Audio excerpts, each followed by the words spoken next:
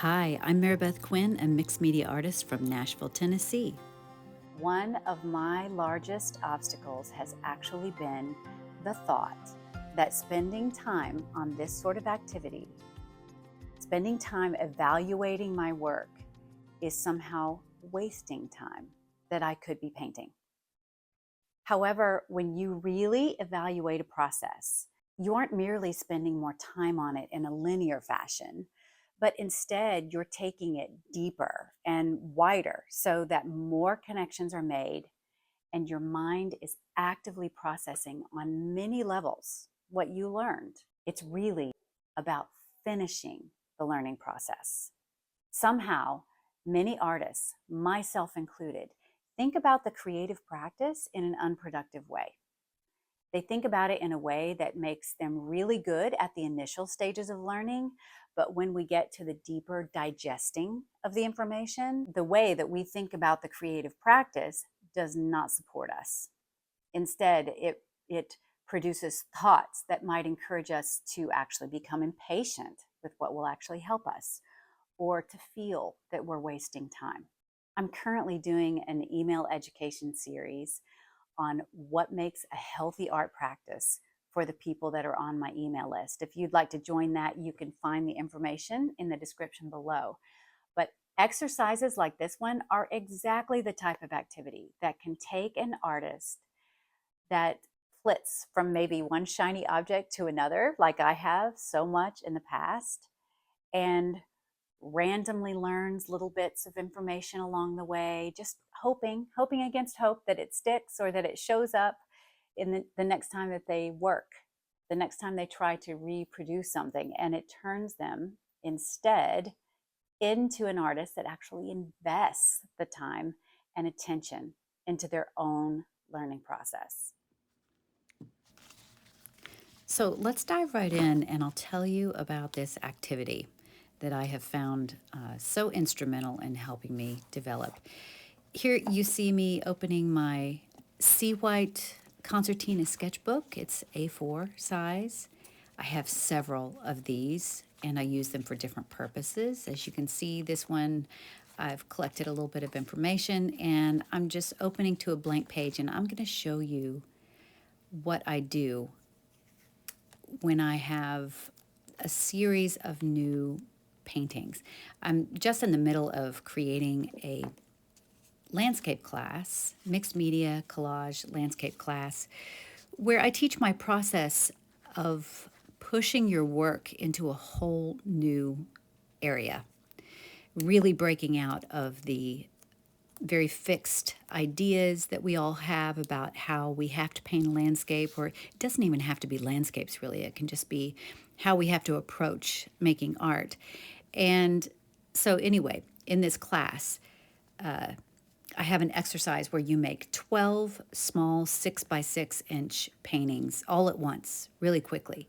So, I take everybody in the class through this process of developing each of those paintings, learning to problem solve, learning to identify problems, and really refining that process of pushing your work into new areas and figuring out how to really allow yourself to be free. Because if you can't allow yourself to be free, you'll never grow. And if you really don't trust that you know how to solve problems, you won't ever let yourself be free.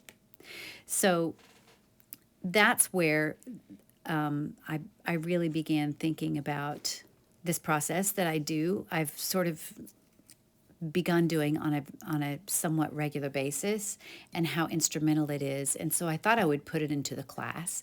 And I'll give you just a little bit of a look-see here. I take some of the paintings that I really like the best, and I put them in this book, and I really process what I love about them. I don't just look at them on the surface and go, oh, I love how that one turned out. I really try to break it apart and ask myself, why? Why do I love it? What works for me? And almost backtracking, trying to retrace my steps of how I got there, really examining the path and examining the new things that I learned. So I thought I would share with you some of the things that I write about when I'm sort of doing this project review in my sketchbook. I might start with some things that really look at what the problems were with the painting. And did I successfully identify a few of the issues that were keeping the painting out of balance, maybe?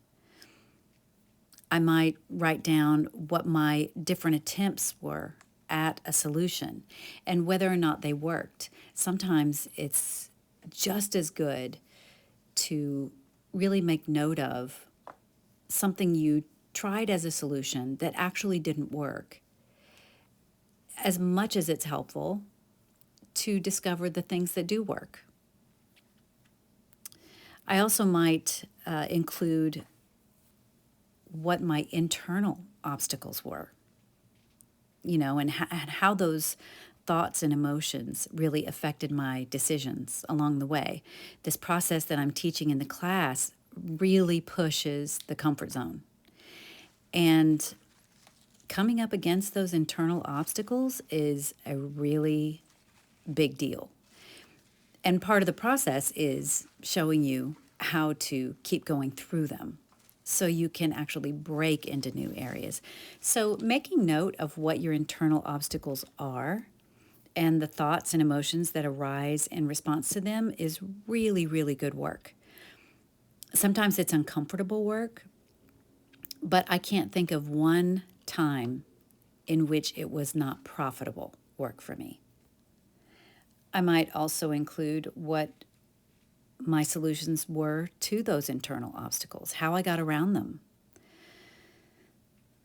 I also will include here, you see at the top, it says my favorite elements.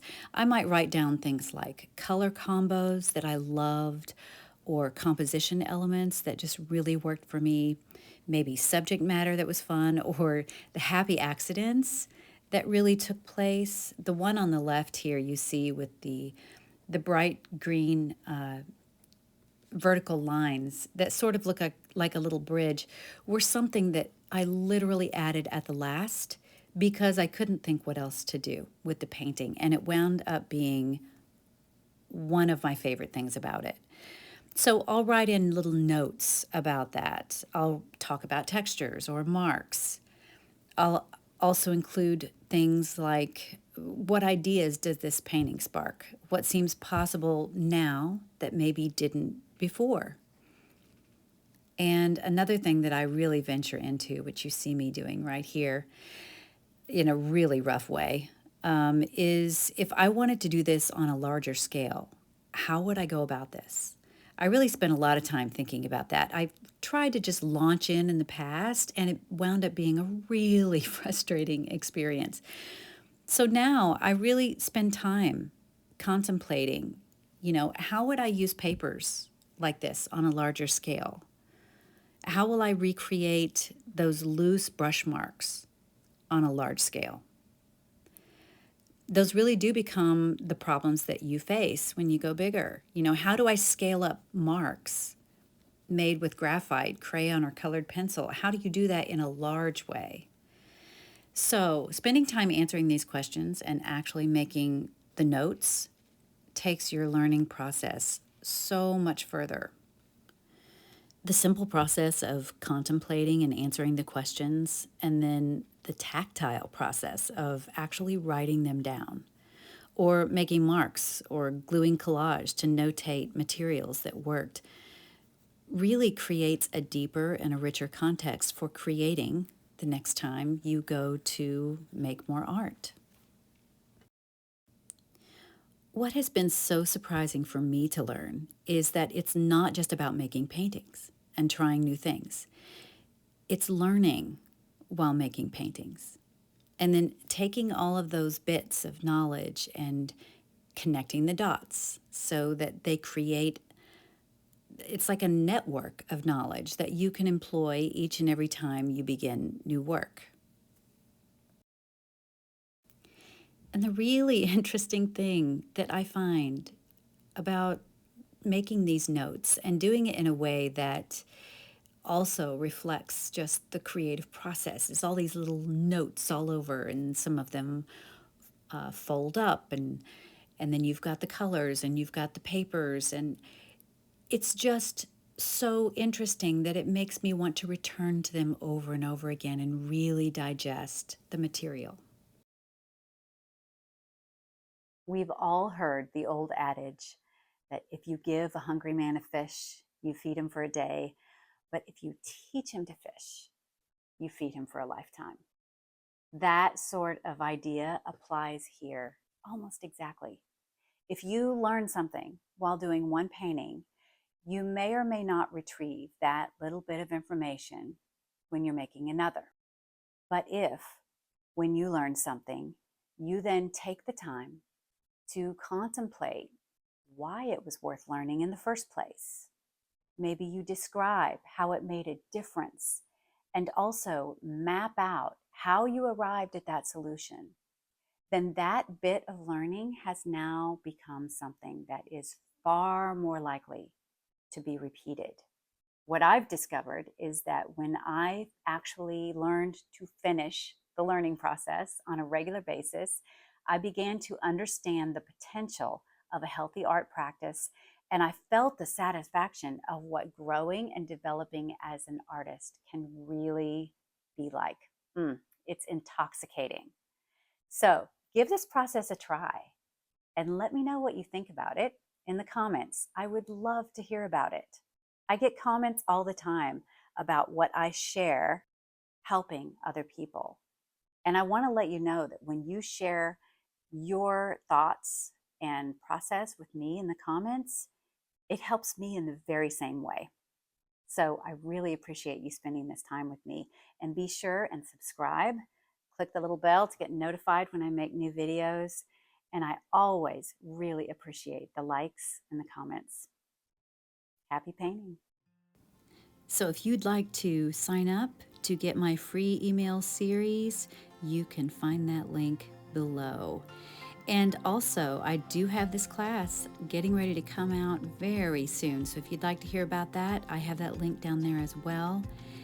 And the free collage kit, which is just my free resource to get you started in this wonderful tactile world of mixed media collage. Thanks for spending time with me.